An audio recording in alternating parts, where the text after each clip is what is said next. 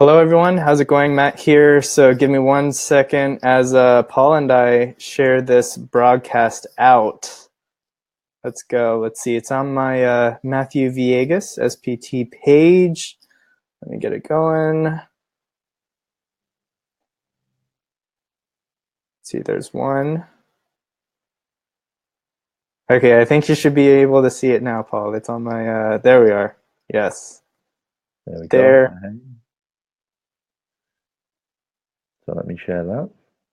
Perfect. Yeah. I think I should have just shared that as well for you. Yeah. Yeah.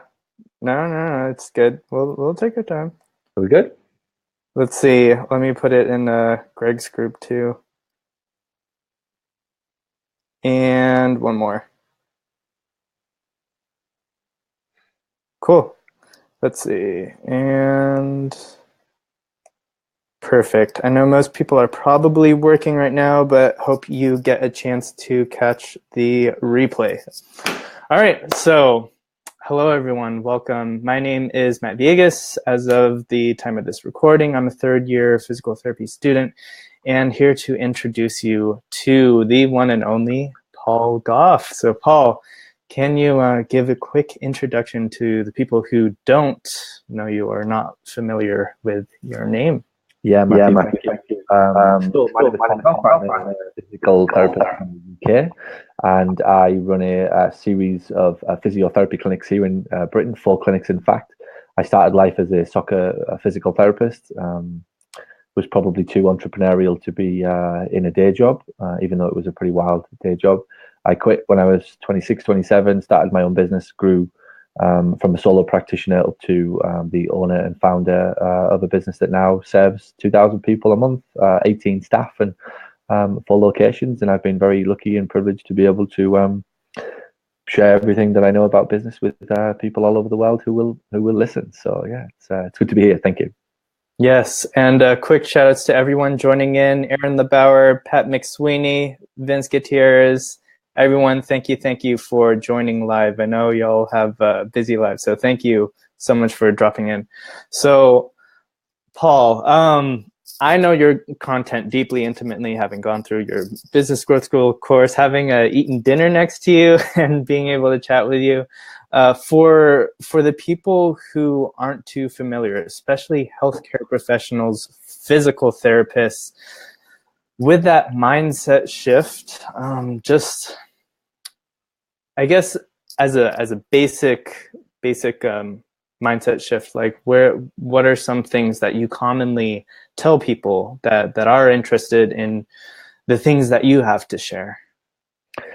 I think mindset's a big thing that people talk about, and I guess it's important to understand actually what's involved in a mindset shift before you even kind of start to start to move towards doing it, or because there's certainly no course that you can do on it. There's no thing that you wake up each day or a day and all of a sudden your mindset shift. Mm-hmm. Really, for me, changing your mindset starts with asking yourself better questions. And when you're able to figure out that really every problem that you've got in your life is because of a question unanswered, really then the fountain of all youth, knowledge, gold, whatever you want, comes from your ability to ask better questions. And as you start to ask better questions, your mindset naturally shifts. So a mindset isn't something that you can just do and just think, I want to be an entrepreneur. It's asking yourself questions that put you in a position to act like an entrepreneur, be around entrepreneurs. So all of it will always go back to the problems and the challenges and the level of thinking that we're currently at.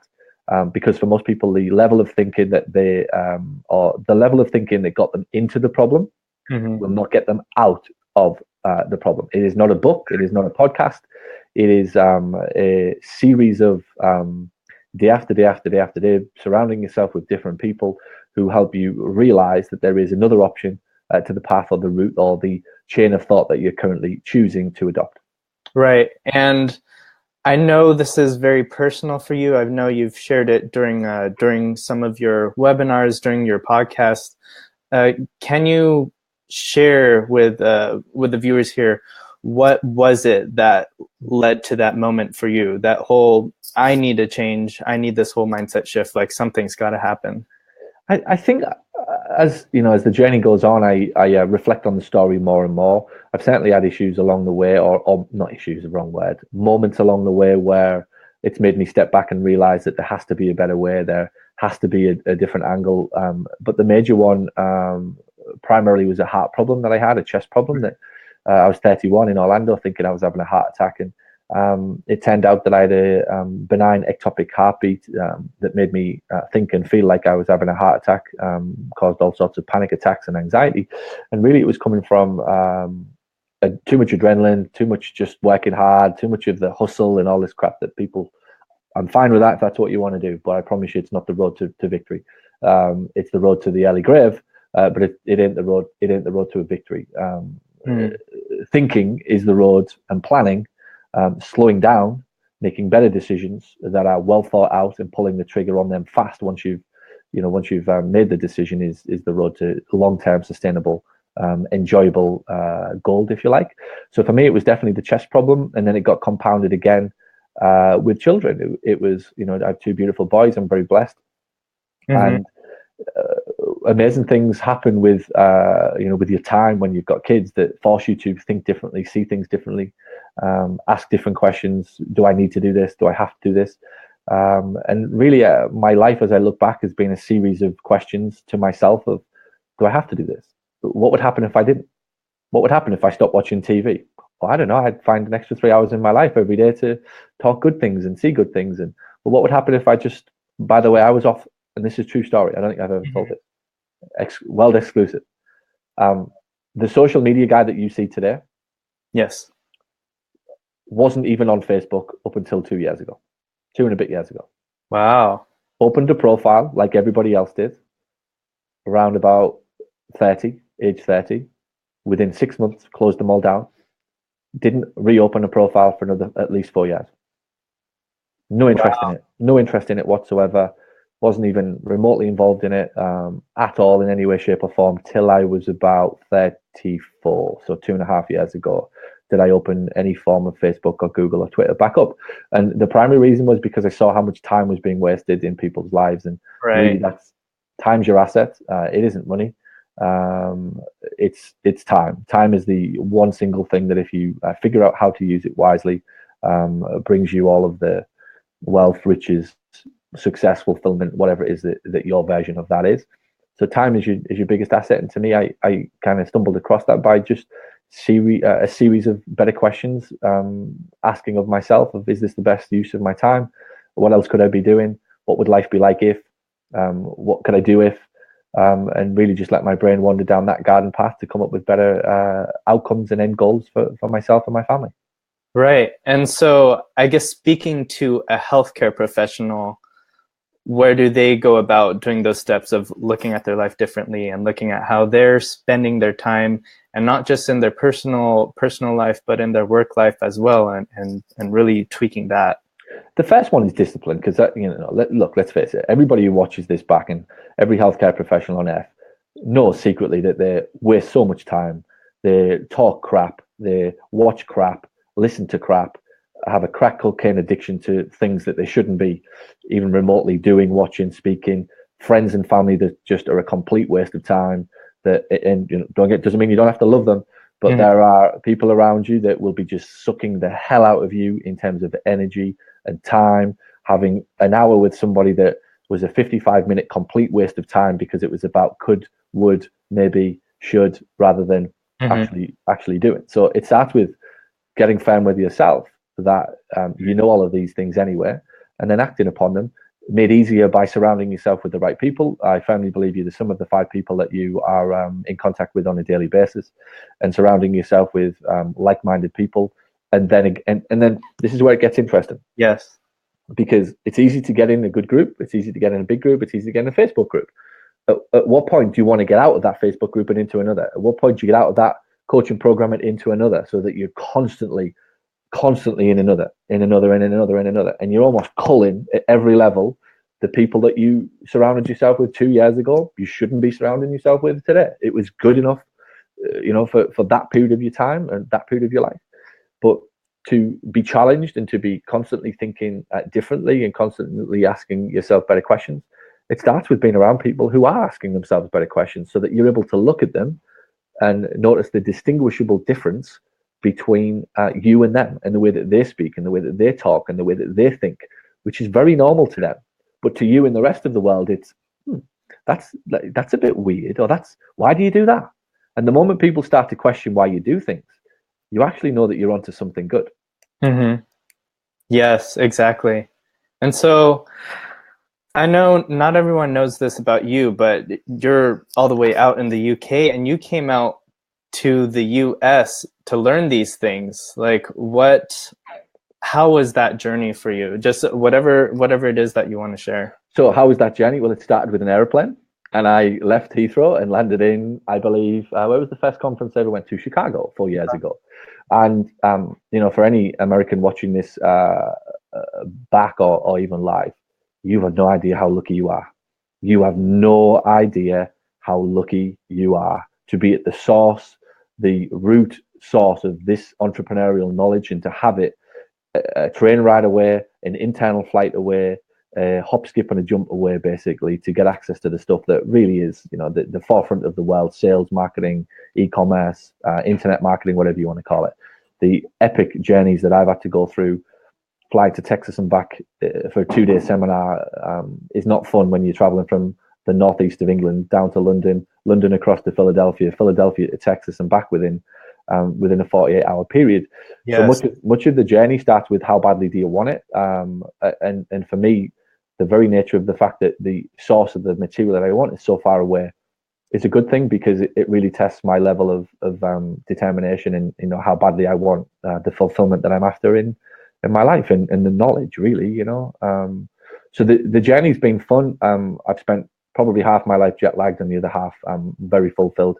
And I say that regularly, that for everything that I get out, I've got to put one in. So for a day that I spend tired and jet lagged, I probably have the next day extremely ecstatic about the knowledge and information that I've acquired as a result. So the journey's been fun. It's been 3 or 4 years now that I've been coming and going, almost at the point of becoming a full-time resident of the US. Visa process almost finished, where I'll be bringing my family over and continuing hopefully to build my media company to spread the word of entrepreneurship and business success to physios all over the US and the wider world. Yes, beautiful. And so really going into that, like, it's a big trek for you, a huge journey. What is it that is your vision? What is it that brings you clarity? I don't know. I don't know. Here's what I see, or here's what I feel. It's funny, today I've been doing a series of interviews for a general manager position in my media company office in the UK in preparation for me being in the US. And one of the girls at the end asked me, you said in the job description that there was plenty of opportunity for growth and roles within the company. She said, "Have you any idea what that might look like?" And I literally just looked at her and said, "Nope." I have absolutely no clue. I am already way past wherever I could have envisaged or imagined I could ever possibly be, never mind even sitting here having this interview.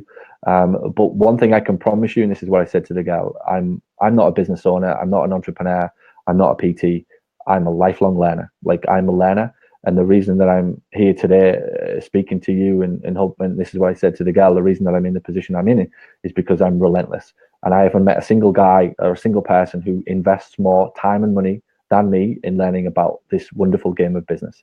And for those reasons, there will be opportunities that and this is what I challenged her on, don't just sit your ass down in a seat if I give you the job, expecting that an opportunity will come your way. I make opportunities because I go find them.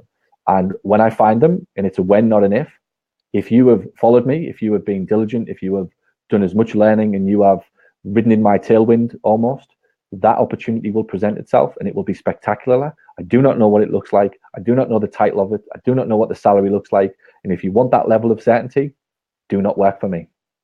Mm-hmm. Oh my goodness. And that's it. That's who I am. That's me to a T. That's how I live my life. That's how I am as a boss. That's how I am as a father. In every aspect of my life, I tell it as it is. I'm not textbook. I don't talk from scripts. I tell it as it brutally is. I have no idea what opportunities are going to come along. I have no clue what I'm doing next week. Like, I have a bit of an idea, but I just know that if I continue to learn, then these opportunities will present themselves, and the staff members that hang around with me and continue to learn around me and underneath me will find themselves in pretty spectacular opportunities over the next few months and years. Yes.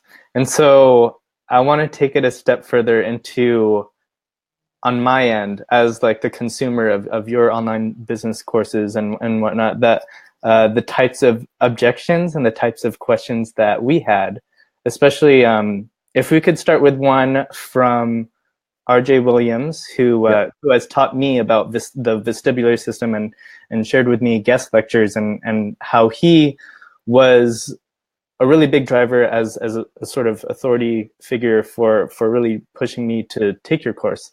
Yep. His question was related to the branding aspect and how do you make it about the team, the whole business, and not just one person? A business has to be the sum of its parts, not the individual. It starts by accepting that there is no rock star. There is no rock star PT. There is no rock star front desk.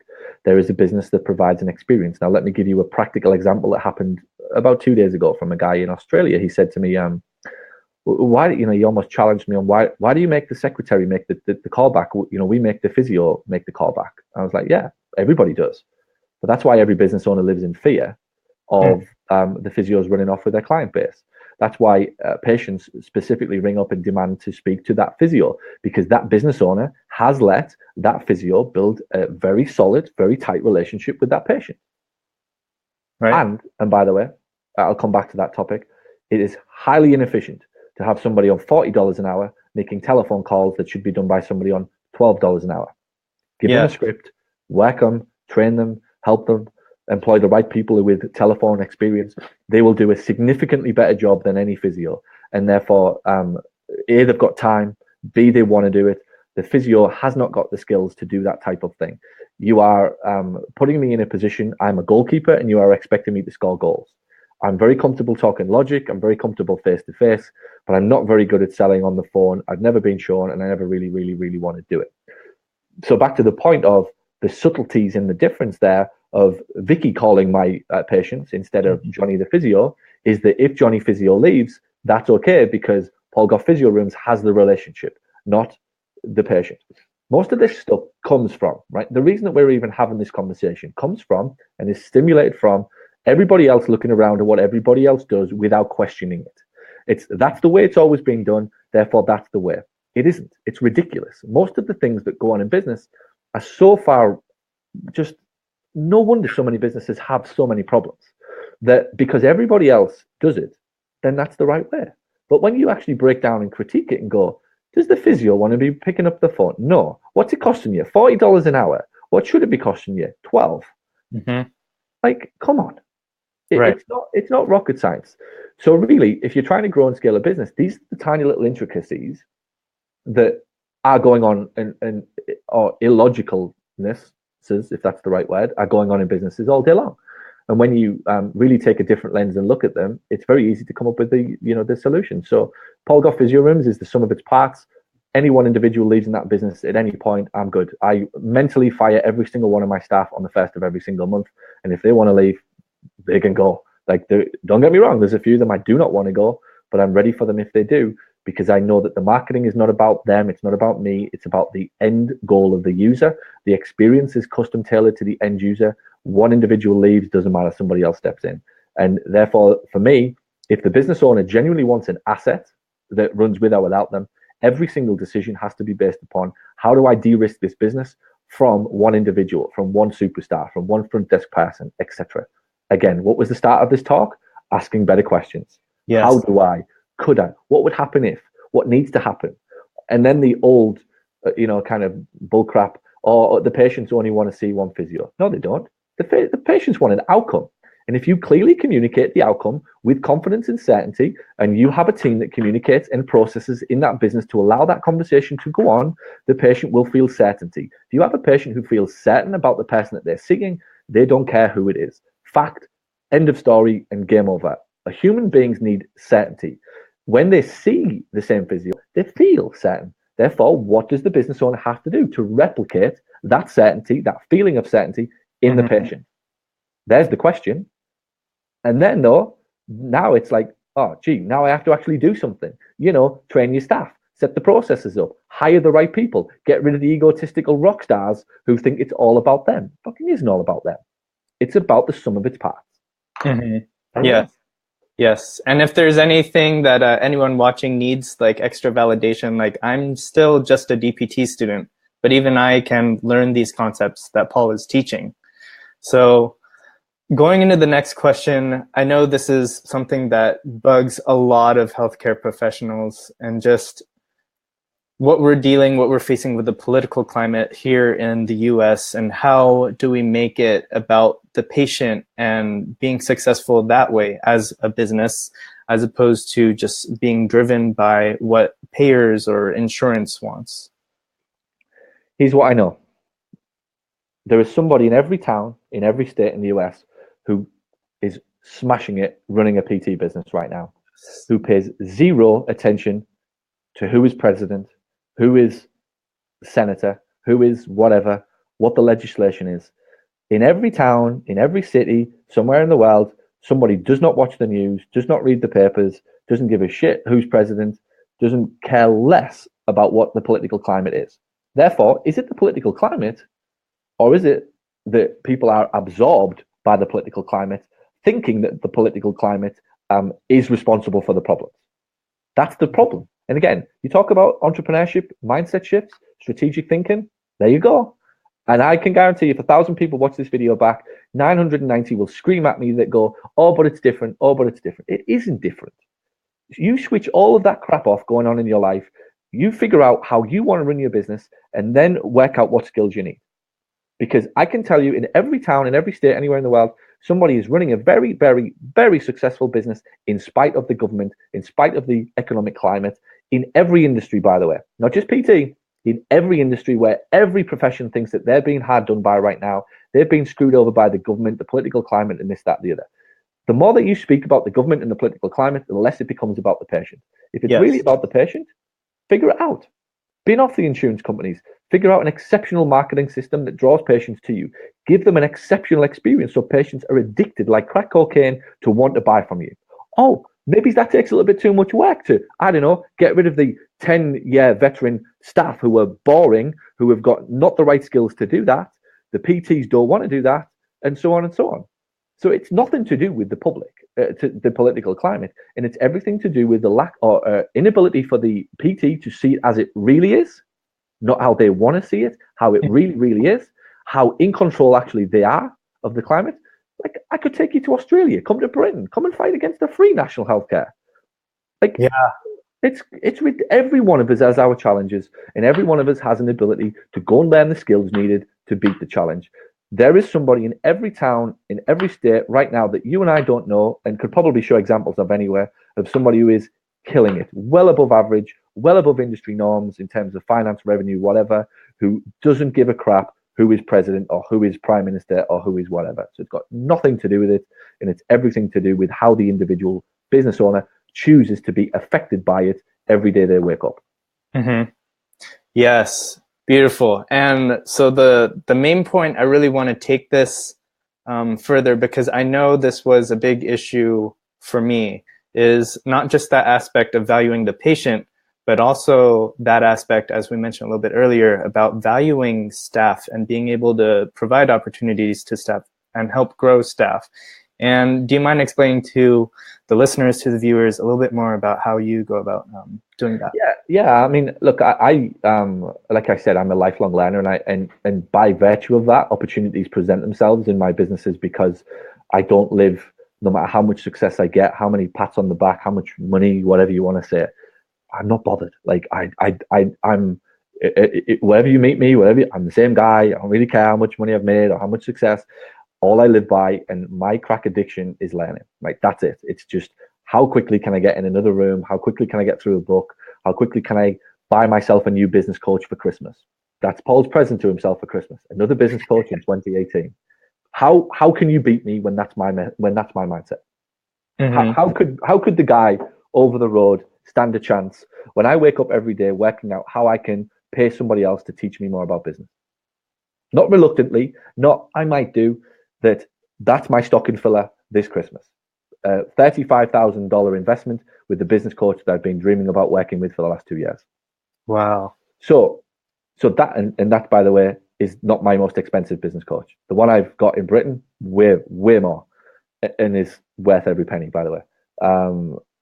So back to your question, if my business is growing because I'm growing and learning, then it's my job in the interviews to explain that that's who I am. Be very honest, be very open, look for lifelong learners.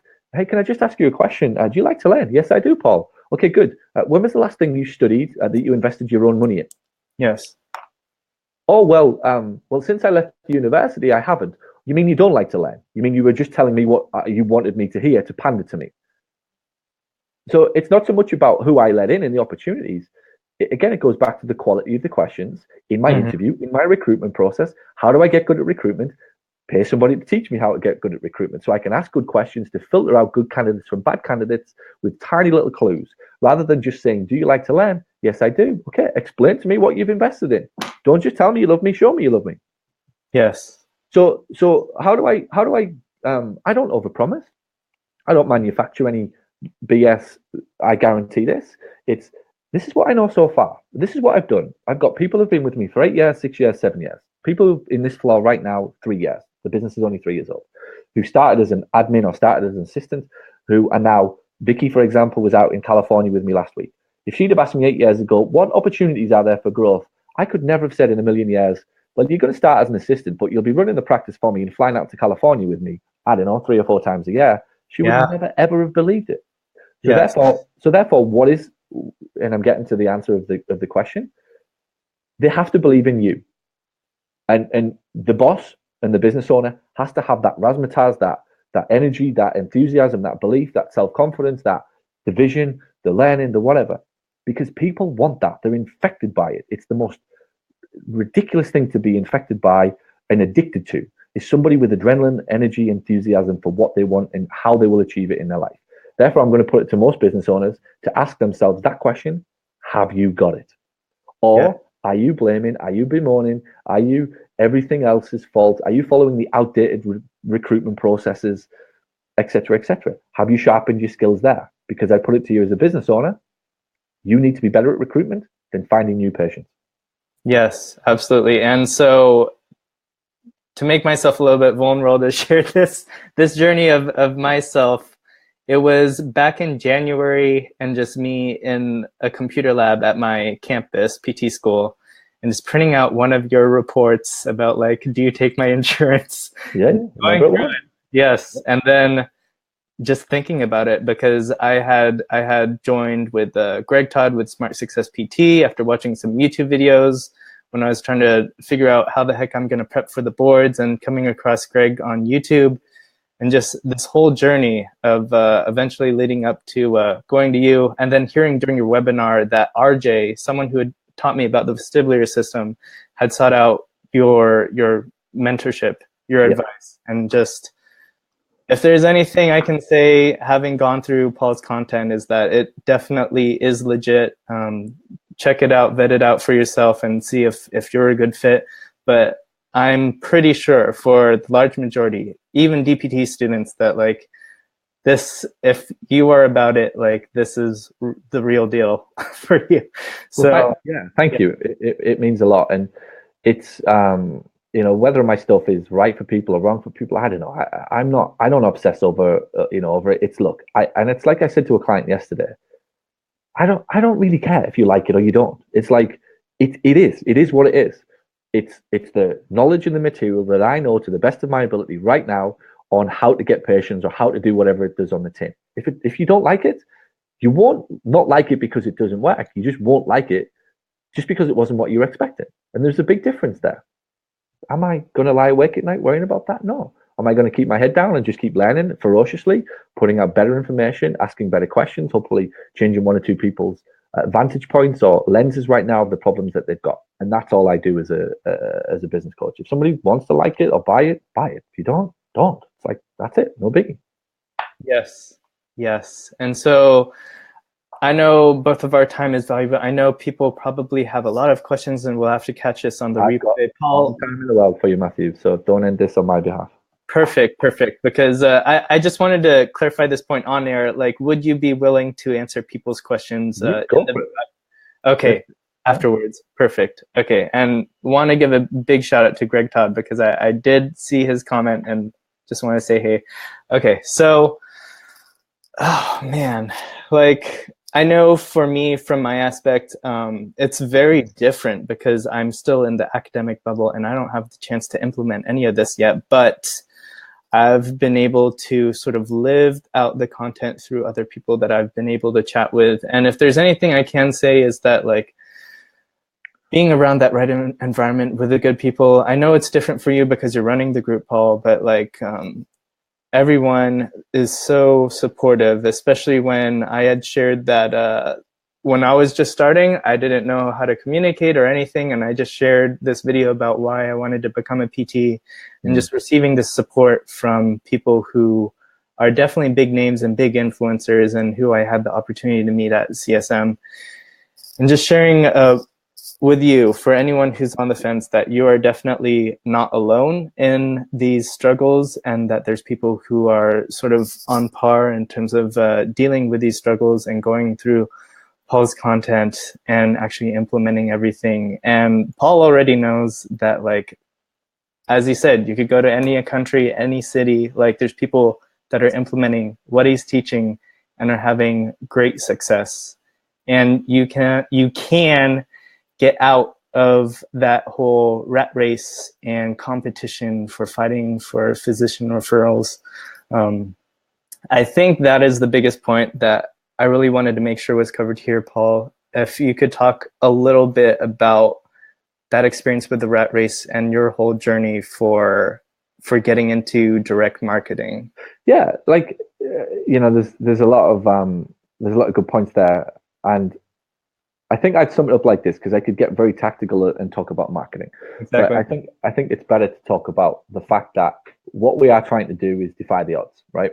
We're trying to defy the odds in business. Really, when you think about it, I watch a lot of Shark Tank. I love Shark Tank and The Profit. It's my two favorite TV programs, and it's regularly mentioned on Shark Tank that 96% of businesses go bust within 10 years. Okay, therefore there is a 4% club. 4% of businesses survive. And the odds are massively stacked against us to be successful in business. So much of the success that you will crave or want comes from looking at 100 people who are like you and asking yourself, am I doing what 96 of them are doing? Am I thinking like 96 of them? Because if I am, I'm in trouble. And if I lined 100 physios up, in any country, any town, anywhere, at least 96 of them are doing what every other physio is doing and getting what every other physio is getting. Therefore, where do you want to be? Do you want to be in the 96 where the odds are absolutely stacked against you? Not just 51-49. This is not like the election where it was like, 1% here, 1% there. This is like Titanic, overwhelmingly stacked against you. Why are you going to try and beat those odds? You have to get into the 4% club. You have to get into the 4% who think differently, who look at opportunity differently, who look at the overwhelming number of people in the town, 93% of people with back pain, who are not getting referrals to PT from doctors.